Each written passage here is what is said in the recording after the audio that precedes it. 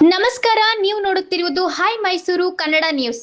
ತಿ ನರಸೀಪುರ ತಾಲೂಕಿನ ಕರೋಹಟ್ಟಿ ಗ್ರಾಮದಲ್ಲಿ ಮಾನವೀಯತೆಯ ಮಹತ್ವ ಸಾರಿದ ಬೃಹತ್ ಉಚಿತ ಕಣ್ಣಿನ ತಪಾಸಣಾ ಶಿಬಿರ ಯಶಸ್ವಿಯಾಗಿ ನಡೆಯಿತು.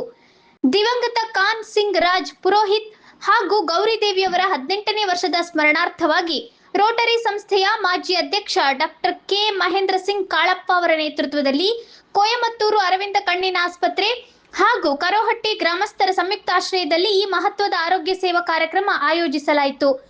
ಕರೋಹಟ್ಟಿಯ ಶ್ರೀ ಗುರುಮಲ್ಲೇಶ್ವರ ಮಠದ ಆವರಣದಲ್ಲಿ ನಡೆದ ಶಿಬಿರದಲ್ಲಿ ನೂರಾರು ಗ್ರಾಮಸ್ಥರು ಭಾಗವಹಿಸಿ ತಮ್ಮ ಕಣ್ಣಿನ ಆರೋಗ್ಯ ತಪಾಸಣೆ ಮಾಡಿಸಿಕೊಂಡರು. ನುರಿತ ವೈದ್ಯರ ತಂಡವು ರೋಗಿಗಳನ್ನು ಪರೀಕ್ಷಿಸಿ ಅಗತ್ಯ ಸಲಹೆ ಮತ್ತು ಚಿಕಿತ್ಸಾ ಮಾರ್ಗದರ್ಶನ ನೀಡಿತು. ಈ ವೇಳೆ ಮಾತನಾಡಿದ ಡಾಕ್ಟರ್ ಕೆ ಮಹೇಂದ್ರ ಸಿಂಗ್ ಕಾಳಪ್ಪ, ಇಂದಿನ ದಿನಗಳಲ್ಲಿ ಆರೋಗ್ಯ ಚಿಕಿತ್ಸೆಯ ವೆಚ್ಚ ಸಾಮಾನ್ಯ ಜನರಿಗೆ ಹೊರೆಯಾಗುತ್ತಿದೆ.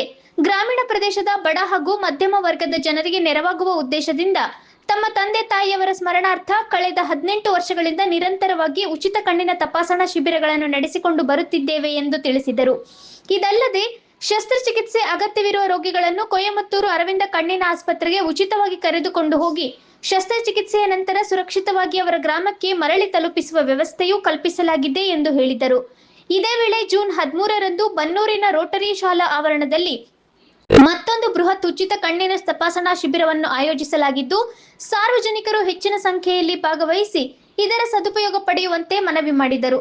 ಶಿಬಿರದಲ್ಲಿ ವೈದ್ಯರಾದ doctor Shivani Namala, doctor Kajol Patil, doctor Roshini ಹಾಗೂ ಸಂಯೋಜಕ ಡಾಕ್ಟರ್ ವಿಜಯ್ ನೇತೃತ್ವದಲ್ಲಿ ತಪಾಸಣೆ ನಡೆಯಿತು.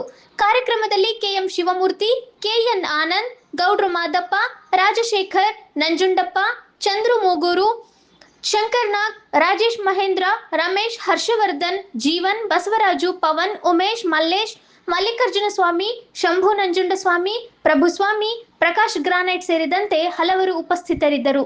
ಸೇವೆಗಿಂತ ದೊಡ್ಡ ಧರ್ಮವಿಲ್ಲ ಎಂಬುದನ್ನು ಮತ್ತೊಮ್ಮೆ ಸಾಬೀತುಪಡಿಸಿದ ಈ ಉಚಿತ ಕಣ್ಣಿನ ತಪಾಸಣಾ ಶಿಬಿರ ಗ್ರಾಮೀಣ ಜನರ ಆರೋಗ್ಯ ರಕ್ಷಣೆಗೆ ಹೊಸ ಆಶಾಕಿರಣವಾಗಿ ಮೂಡಿಬಂದಿದೆ.